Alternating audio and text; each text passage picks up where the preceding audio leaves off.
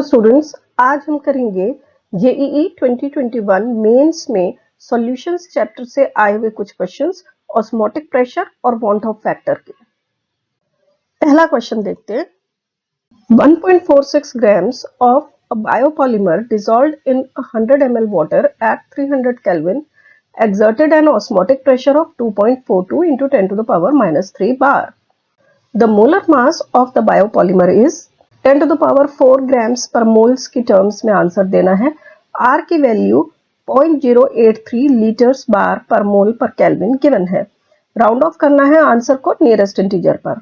Osmotic pressure का formula होता है pi equal to ICRT।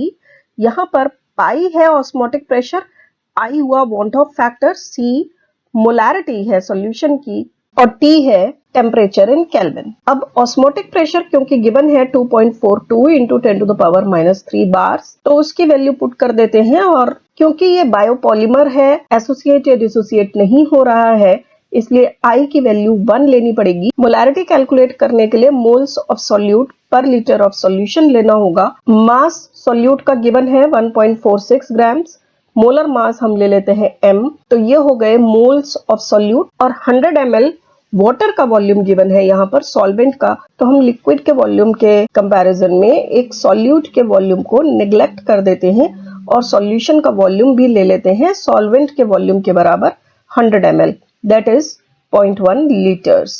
R की वैल्यू पुट करें 0.0831 और टेम्परेचर 300 केल्विन। मोलर मास आप कैलकुलेट कर पाएंगे 15.02 into 10 to the power 4 grams पर मोल। आंसर क्योंकि 10 टू द पावर 4 की टर्म्स में देना है और नियरेस्ट इंटीजर पर देना है, इसलिए आंसर हुआ 15। नेक्स्ट क्वेश्चन देखते हैं। In a solvent 50% of an acid HA dimerises and the rest dissociates.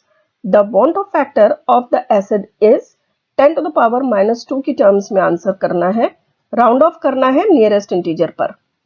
यहाँ पर जो एसिड दिया हुआ है वो 50% तो डाइमराइज हो रहा है और बाकी का 50% डिसोसिएट हो रहा है। तो डाइमराइजेशन के केस में यहाँ हम देख लेते हैं, दो मॉलिक्यूल्स HA के मिलकर एक मॉलिक्यूल बनाएंगे H2A2 का, और अगर HA का मॉलिक्यूल डिसोसिएट होगा तो एक बनेगा आयन H प्लस का और एक आयन A माइनस का। दो आयन्स में डिसोसिएट होगा। अगर हम एज्यूम कर लें कि सॉल्यूट के मोल्स जो इनिशियली लिए गए थे वो थे A, तो उसमें से 50% होंगे एसोसिएट, तो HA के मोल्स हो जाएंगे A इंटू 50/100 और बिल्कुल शुरू में H2O2 के मोल्स 0 होंगे। इसी तरीके से जो मोल्स डिसोसिएट होने वाले हैं वो भी होंगे 50% ऑफ टोटल मोल्स, और जो डिसोसिएटेड मोल्स होंगे वो 0 होंगे शुरू में। अब एसोसिएशन और डिसोसिएशन के बाद जो फाइनल मोल्स होंगे वो देख लेते हैं। इन केस ऑफ एसोसिएशन, जब ये सभी मॉलिक्यूल्स एसोसिएट हो चुके हैं तो HA के मोल्स बच जाएंगे 0, और क्योंकि दो मोल्स HA के मिलकर एक मोल H2O2 का दे रहे हैं, इसलिए इनिशियल मोल्स जितने थे HA के उसके आधे हो जाएंगे H2O2 के मोल्स, और जितने मॉलिक्यूल्स डिसोसिएट हुए हैं उतने ही बनेंगे H प्लस के आयंस और उतने ही बनेंगे A माइनस के आयंस।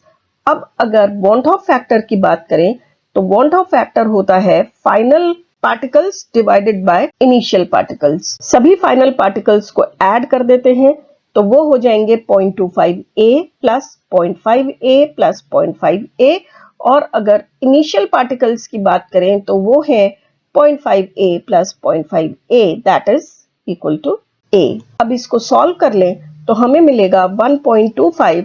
आंसर क्योंकि -2 की टर्म्स में देना है और नियरेस्ट इंटीजर पर देना है, इसलिए आंसर होगा 125। अगर आपको ठीक से समझ आया है तो प्लीज लाइक करें, शेयर करें।